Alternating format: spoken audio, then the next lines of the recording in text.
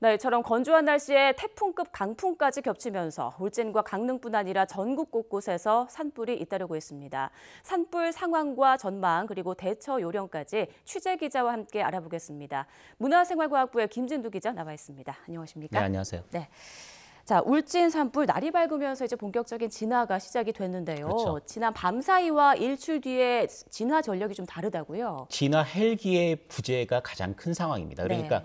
낮 동안에는 일출부터 일몰까지는 진화 헬기를 운영할 수 있는데 네. 산불의 가장 효율적인, 효과적인 수단이 산불 진화 헬기입니다. 순식간에 엄청난 양의 물을 끌어올려서 산불 있는데 진화를 할 수 있는 유일한 수단이 지금 산불 진화 헬기거든요. 예. 하지만 일몰 이후 야간 상황에서는 헬기를 운영할 수가 없습니다. 안전상의 문제 때문에 그러는데요.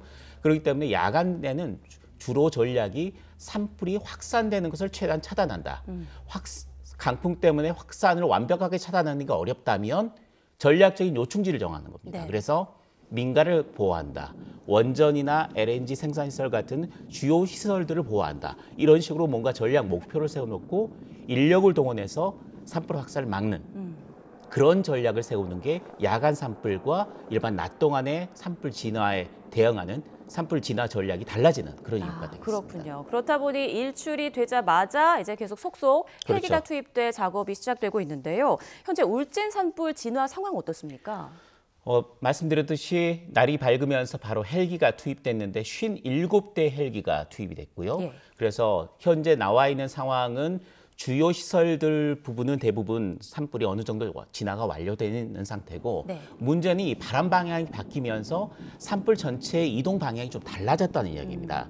어제 낮 동안에는 서풍이 불었거든요. 서풍이 불면서 그 하늘 원전을 위협하는 정도까지 산불이 이동을 해갔다면 그리고 밤 사이에는 서풍이 남서풍으로 바뀌었습니다. 그래서 LNG 생산시설, 삼척까지 산불이 확산하면서 LNG 생산시설을 위협하는 정도까지 됐단 말이죠. 예. 그래서 두 군데를 차단하는 쪽에 야간 산불 진화 인력을 썼다면 지금은 바람이 북서풍으로 바뀌고 있습니다. 그러니까 예. 산불이 동쪽으로 이동하면서 약간 북쪽으로 올라가던 것이 오히려 남진을 하는 형태로 바뀌었다는 이야기입니다. 따라서 이전에 산불이 영향이 별로 없었던 민가가 다시 위협받는 그런 상황이 됐습니다. 그리고 산불 면적이 상당히 넓은 상태이기 때문에 어제 대피 명령을 내렸던 지역 말고 남쪽에 있던 지역이 지금 산불의 위협에 놓이게 된 그런 상황이 됐습니다. 그러면 바람 방향이 바뀌면서 그렇죠. 다른 지역에서도 계속 좀 대비를 하고 좀 대책을 세워야 될 것 같은데요. 울진과 강릉 외에도 지금 전국 곳곳에서 한 10건 가까이 산불이 났다고요? 워낙 가문 상태에서 어제와 오늘 강풍이 불면서 곳곳에서 지금 산불이 발생하고 있습니다. 앞서 중계나 아니면 단신으로도 설명을 드렸습니다마는 전국 곳곳에서 9곳 정도에서 지금 산불이 나고 있는데 네. 그래픽을 준비했는데 준비가 되면 네, 좀 보시죠. 지금 나가고 있네요. 강원도 지역에서 3군데에 산불이 났습니다. 우리가 앞서 전해드렸듯이 강릉에서 2군데에서 산불이 났고요. 예. 영월에서도 산불이 한 군데가 발생을 했습니다.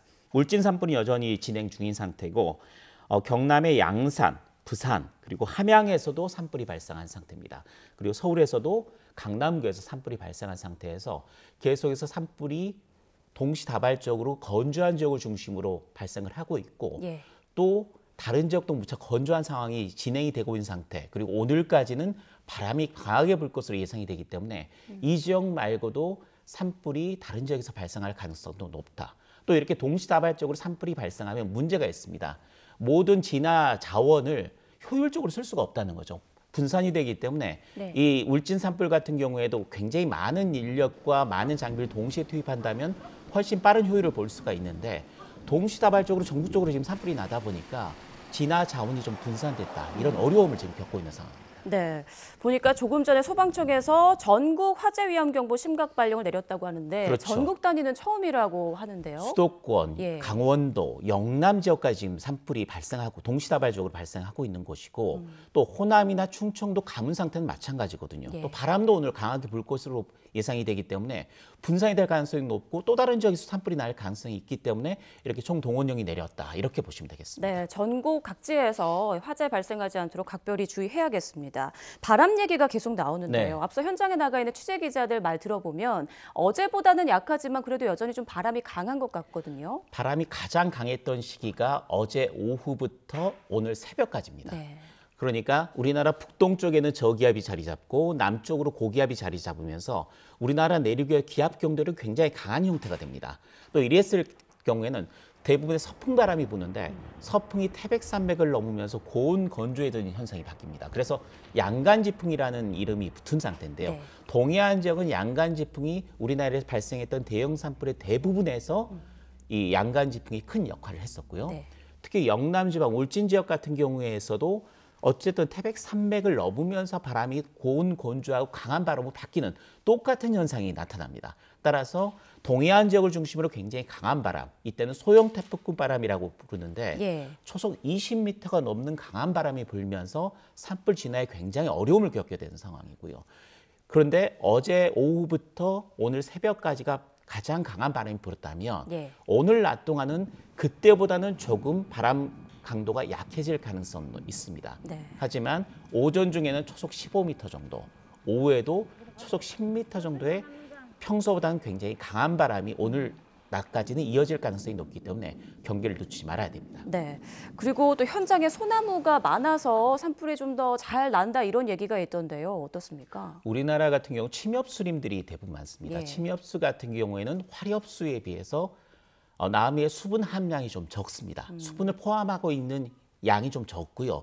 두 번째, 침엽수에는 송진, 그러니까 잘 타는 물질, 기름과 같은 인화성이 굉장히 강한 물질이 포함이 돼 있다는 얘기죠. 따라서 침엽수림에서 산불이 났을 경우에는 진화가 무척 어렵고 또 굉장히 빠른 속도로 번지기 때문에 네. 침엽수림의 그 진화가 무척 어려운 상황입니다. 반대로 화렵수림은 수분이 많고 또 불쏘시개 역할을 하는 그런 송진 같은 기름 성분이 적기 때문에 네. 오히려 산불이 지나가더라도 화렵수림이 막히면 오히려 그 불길이 좀 약해지는 그런 효과가 있습니다. 그래서 민가 주변에는 방화림이라고 해서 대부분 화렵수로 구성이 되어 있는 그런 숲을 조성하는 그런 형태로 지금 많은 그 나무 조림하는 방법이 바뀌고 있는 상황입니다. 아, 그렇군요. 그래서 동해안에 또 소나무가 많은 지역이 많다 보니까 산불이 더 잘 번지고 또 진화에도 어려움이 있는 건 아니죠. 강원도 울진 지역까지는 예. 대부분 침엽수림이 많은 지역이기 때문에 산불 진화에도 상당히 어려움이 큽니다. 네,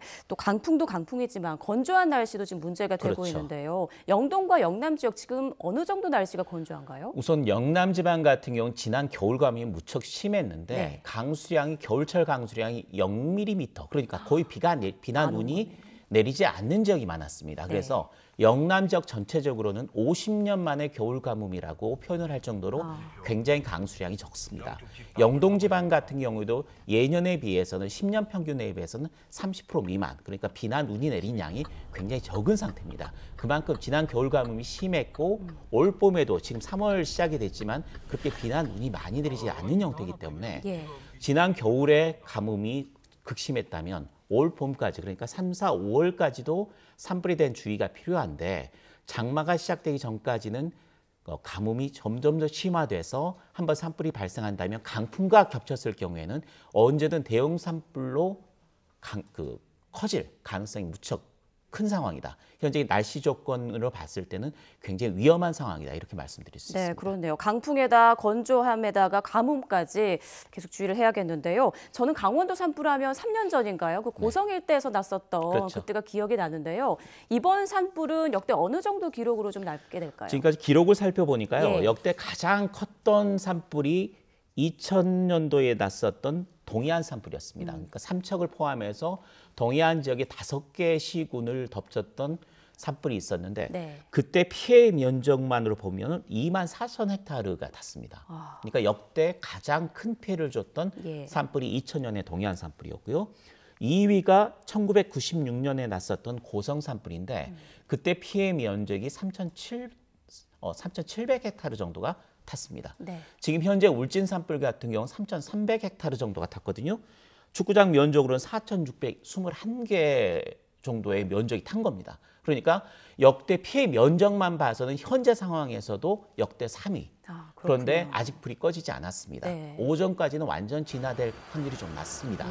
오후까지 일몰 전까지 총력을 다해서 진화가 된다면 저도 3,300헥타르 이상이 될 것으로 예상이 되기 때문에 역대 2위의 피해 면적이 나오는 그런 대형 산불로 기록될 가능성이 현재 무척 높아지고 있다 이렇게 말씀드릴 수 있습니다. 네. 피해가 더 이상 좀 안 커지기를 빨리 진화가 되기를 좀 바라야겠는데요. 요즘 날이 풀리면서 산 찾는 분들이 늘었잖아요. 그렇죠. 만약에 산행을 하다가 산불을 목격했다면 어떻게 해야 될까요? 먼저 신고부터 해야 되나요? 아니면 대피가 먼저인가요? 산불의 위치, 그러니까 자기로부터 산불이 발생한 위치까지가 어느 정도 가까운지를 먼저 판단을 해야 됩니다. 네. 그러니까 가까웠을 때는 무조건 먼저 대피를 하는 게 우선이고요. 예. 대피를 한 뒤에 신고를 해야 됩니다. 하지만 좀 거리가 멀고 바람이 그렇게 강하지 않을 경우에는 먼저 신고를 한 뒤에 대피를 하는 게 맞습니다. 네. 그러니까 자신의 안전을 먼저 챙긴 뒤에 파악을 한 뒤에 신고냐 대피냐를 먼저 선택을 하는 게 좋은데 저는 둘 중에 하나를 선택해야 된다면 먼저 대피가 중요합니다. 네, 본인의 안전부터 먼저 챙겨라라는 말씀인데 이번에도 그 산불이 민가까지 내려오면서 주택 수십 채가 좀 그렇죠. 탔더라고요. 이런 경우가 최근 좀 잦은 것 같은데 만약에 집 주변에 불이 났다는 걸 알게 됐을 때는 어떻게 행동하는 게 좋을까요? 산불이 이 민가 쪽으로 가까이 오고 우리 집까지 위협하는 그런 상황이 됐다. 특히 울진 산불 같은 경우 현재 민가 피해가 많았었거든요.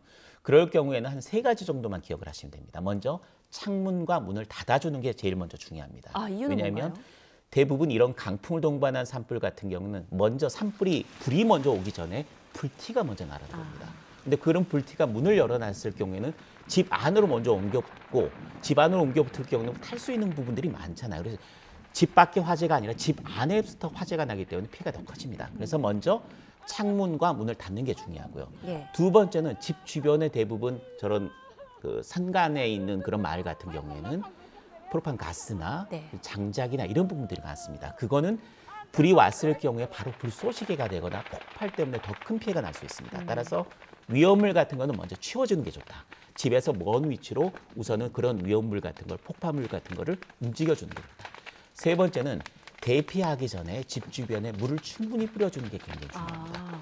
불티가 나라고는 어쩔 수 없지만 예. 불길이 우리 집 쪽으로 가까이 오는 걸 최대한 물을 뿌려주면 그걸 어느 정도 억제할 수가 있거든요. 따라서 3가지 정도만 기억한다면 피해를 그나마 줄일 수 있는 방법이 됩니다. 네, 시청자분들에게 아주 좋은 정보가 됐을 것 같습니다. 그런데 산불 원인을 좀 살펴보면 대부분이 인재라고 하던데요. 그렇습니다. 보통 어떤 원인으로 산불이 발생하나요? 전체적으로 봤을 때 전체 산불 원인을 100으로 봤을 때 60% 정도가 인재입니다. 그러니까 가장 큰 거는 대부분 입산자, 그러니까 화기를 들고 산으로 가는 사람들이 많습니다. 네. 그로 인한 피해가 가장 많은데요. 전체적으로 봤을 때는 34% 정도가 원인으로 작용하고 나머지 29% 정도가 쓰레기 소각행위입니다. 그러니까 논밭두렁을 태우거나 아니면 산림 주변에서 쓰레기를 농업 폐기물 같은 걸 소각하는 불이 바로 산으로 옮겨 붙으면서 산불이 날 가능성이 높습니다. 그러니까 입산자 실화, 논밭두렁 소각, 쓰레기 소각 이런 이 3가지 행위만 조심한다고 하더라도 최대 60% 정도의 산불을 사전에 막을 수가 있습니다. 아, 그렇군요. 자, 앞서 말씀하시기로는 이번 봄에도 산불 네. 비상 상황이 계속될 거다라고 말씀을 해주셨는데 관련해서 개개인도 좀 주의를 해야겠지만 어떤 좀 대책이 필요하다고 보시나요? 우선은 중요한 게 아까 말씀드렸던 3가지 행위, 네. 화기 소지와 논밭두렁 소각, 쓰레기 폐기물 소각 같은 3가지 행위만 막아도 60%를 막기 때문에 산불을 어느 정도 억제할 수가 있습니다. 그 뒤에는 산불 예찰 활동을 강화하고 또는 산불이 초기에 발생했을 때 진화를 하는 게 가장 급선무거든요. 그러니까 이런 방향에서 새로운 방지 기술 같은 걸 개발해서 예. 드론을 이용한다거나 아니면 뭔가 다른 수단을 이용해서 최대한 초기 산불을 빨리 진화할 수 있는 그런 방법들이 계속해서 개발되고 있고 또 적용을 앞두고 있는 상황입니다. 네, 알겠습니다. 말씀 잘 들었습니다. 지금까지 문화생활과학부 김진두 기자와 이야기 나눠봤습니다. 고맙습니다.